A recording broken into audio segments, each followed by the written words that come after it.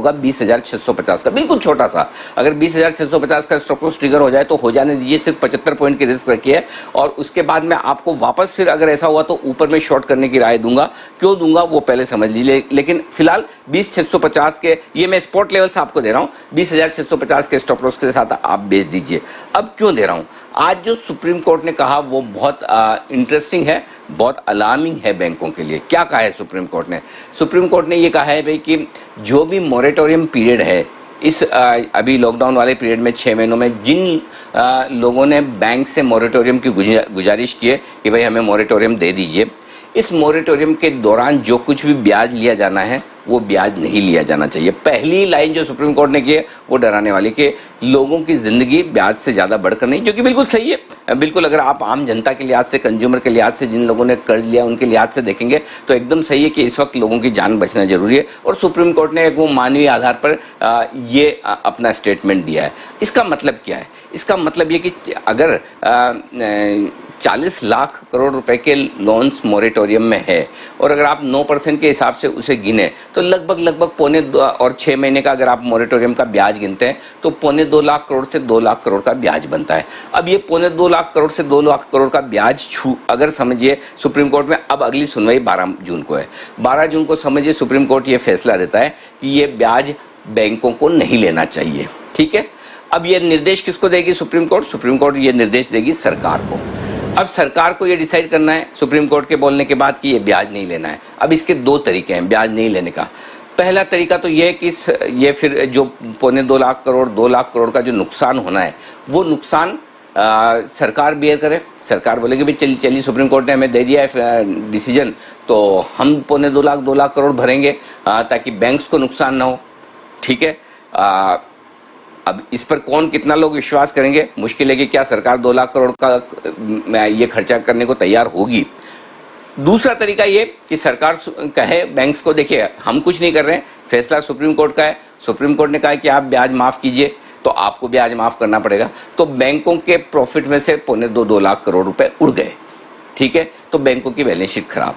तीसरा एक मिडिल वाला रास्ता हो सकता है, उसमें सरकार ये कहे कि भाई चलिए पौने 2 लाख करोड़ है, मान लीजिए राउंड फिगर में 2 लाख करोड़ बोल देता हूं मैं, 2 लाख करोड़ है, 2 लाख करोड़ में से एक काम करिए 1 लाख करोड़ आप भरिए, 1 लाख करोड़ हम भर लेते हैं। और आप भी तो है ना, जब डिपॉजिट लेते हो और उसके बाद ब्याज आगे लोन देते हो तो उसमें नेट इंटरेस्ट मार्जिन रखकर ब्याज कमाते हो, राइट? वो आपकी कमाई। तो एक काम करिए, 1 साल आप अपनी कमाई छोड़ दीजिए और ताकि आपको 1 साल कमाई ना हो, नुकसान ना हो, और जो बचा हुआ थोड़ा सा अगर पैसा देना है तो वो सरकार भर देगी। तो ऐसी सिचुएशन में बैंक पर वो भी प्रेशर आ सकता है। अब इसका क्या डिसीजन होगा? पहली चीज तो है कि अगर सुप्रीम कोर्ट ये डिसीजन, आज की लैंग्वेज से जो लग रहा है उस लैंग्वेज से ऐसा लग रहा है कि सुप्रीम कोर्ट पूरी तरह से मन बना चुका है कि लोगों को ब्याज से छूट मिलनी चाहिए। दूसरी बात क्या है, जो ब्याज से मॉरिटोरियम में छूट मिल रही है उसको भी प्रिंसिपल में जोड़ा जा रहा है और उसमें भी ब्याज लगाया जा रहा है, तो ये और डबल हो रहा है जो सुप्रीम कोर्ट को पसंद नहीं आ रहा है। तो अगर सुप्रीम कोर्ट ने ये फैसला ले लिया तो ये बैंक्स के लिए बड़ा नेगेटिव होगा, ये मानकर चलिए ये बैंक्स के लिए बड़ा नेगेटिव होगा।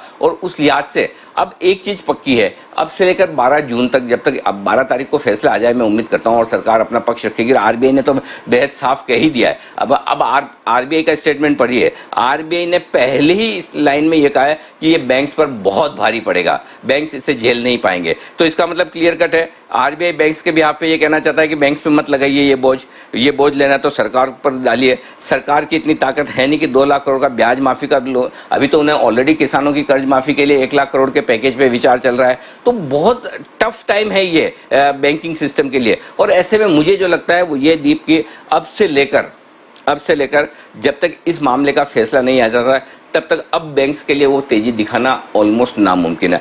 अब ये बैंक्स और फाइनेंशियल इंस्टीट्यूशंस जो एनबीएफसीज के शेयर है ये सेल ऑन राइज हो चुके हैं। अब आपको सिर्फ और सिर्फ एक ही कंडीशन में बैंक्स खरीदने हैं, अगर ये 22,000 का लेवल पार करे, जो कि अब ऑलमोस्ट बहुत मुश्किल दिखता है कि बैंक निफ्टी 22,000 भी छोड़िए, कल का है 21,600 21,650 पार कर ले तो भी अपने आप में बढ़े। और आज जो पूरा मूड माहौल बदला है और जो स्टॉक्स यू टर्न हुए हैं और जिस तरह से तेजी से गिरावट आई है उसके पीछे कारण सिर्फ और सिर्फ ये है।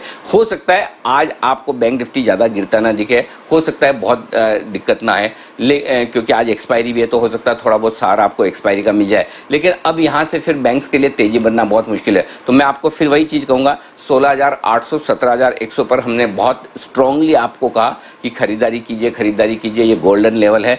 मैं आपको ये कहना चाहता हूँ कि 21,000 22,000 की रेंज गोल्डन लेवल है बेचने की भी। सुबह भी हम यही बात कर रहे थे कि 22,000 के ऊपर की तेजी नहीं दिखती। आप देखिए आज वहीं से ऊपरी स्तरों से अच्छा खासा करेक्शन हुआ है। तो अब बैंक्स और एनबीएफसीज यहां पर खरीदना नहीं बनता है। एक ये नया फैक्टर आ गया, ये नई तलवार लटकी हुई है, तो मुझे लगता है कि ये बड़ा मुश्किल वाला मामला है। तो अब आपके पास अगर बैंक्स हैं, और इंक्लूडिंग जो मैंने फेडरल बैंक भी रिकमेंड किया सुबह भी, उस पर भी आप स्टॉप लॉस, अभी तक ट्रिगर नहीं हुआ लेकिन स्टॉप लॉस ट्रिगर कर दीजिए। मैं तो साफ कर रहा हूँ, एक बार बैंक से आप खाली करके बैठ जाइए, शांति से बैठिए, देखते हैं क्या होता है। नहीं कमाएंगे क्या फर्क पड़ता है, लेकिन नुकसान ना हो ये ध्यान में रखना बहुत जरूरी। तो बैंक्स के लिए अगर ये फैसला आता है सुप्रीम कोर्ट का, तो वो किसी भी लिहाज से अगर सरकार करेगी तो सॉवरेन रेटिंग आएगी, सॉवरेन रेटिंग पर असर पड़ सकता है। रेटिंग एजेंसीज फिर पूछेगी ये आप कहाँ से भरेंगे, आपकी करेंसी वीक होगी, ब्याज दरें फिर बढ़ेगी, वो भी नेगेटिव है। बैंक्स भरते तो बैंक्स के लिए तो नेगेटिव है ही। तो ये मुश्किल भरा मामला है, इधर कुआ इधर खाई वाला मामला है। तो इसलिए आप थोड़ा सा सावधान रहें, ये न्यूज़ अच्छी नहीं है मार्केट के लिए और बैंक्स के लिए।